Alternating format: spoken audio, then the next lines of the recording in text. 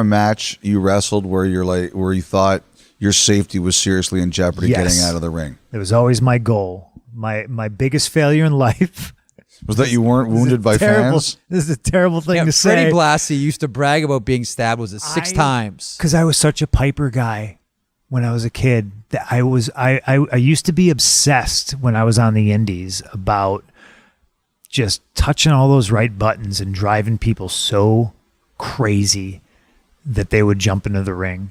And I would always jokingly say, oh yeah, my goal is I want to get stabbed.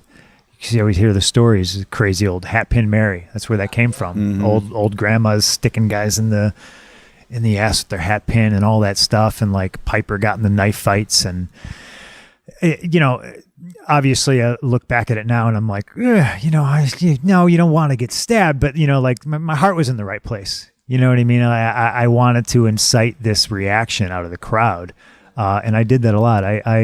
I proudly am the owner of the last near Riot in the Cow Palace. That's on YouTube. Look that up.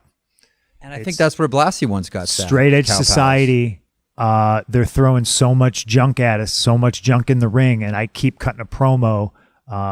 Jericho was begging me to stop, and we were wrestling. It was like a 6-man. We were wrestling like The Undertaker, Ray, and somebody else. And I knew we were in deep shit. And I figured once they hit the Undertaker's light, the lights went off. I said, this place is going to go off. So I told Serena to get under the ring. And I told Luke Gallows, I said, get back to me. And anybody who's not me, light them up. And they didn't kill the lights for Taker. That's how powder keg the place was.